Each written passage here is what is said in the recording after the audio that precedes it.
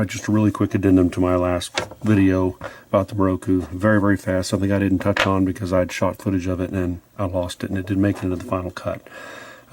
One major difference that you will notice, granted I'm comparing it to 1873, but at least the hammer and spring setup was the same. On an original Winchester, you have a stirrup that's attached to the back of the hammer, and the mainspring has these little hooks that fit into that stirrup. Then the mainspring is secured to the frame, and that's what supplies resistance when the hammer pulls. It just pulls, that little stirrup just pulls down on the spring like that.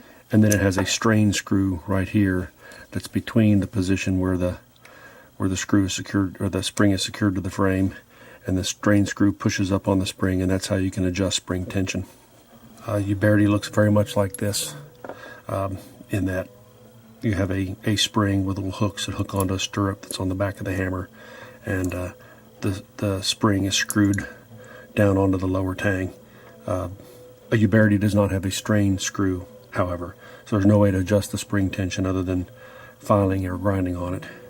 And they're typically rather thick and rather chunky, and they don't have a nice graceful taper to them like an original spring does. And that's why so many people file on them and grind on them. The Miroku completely departs from that.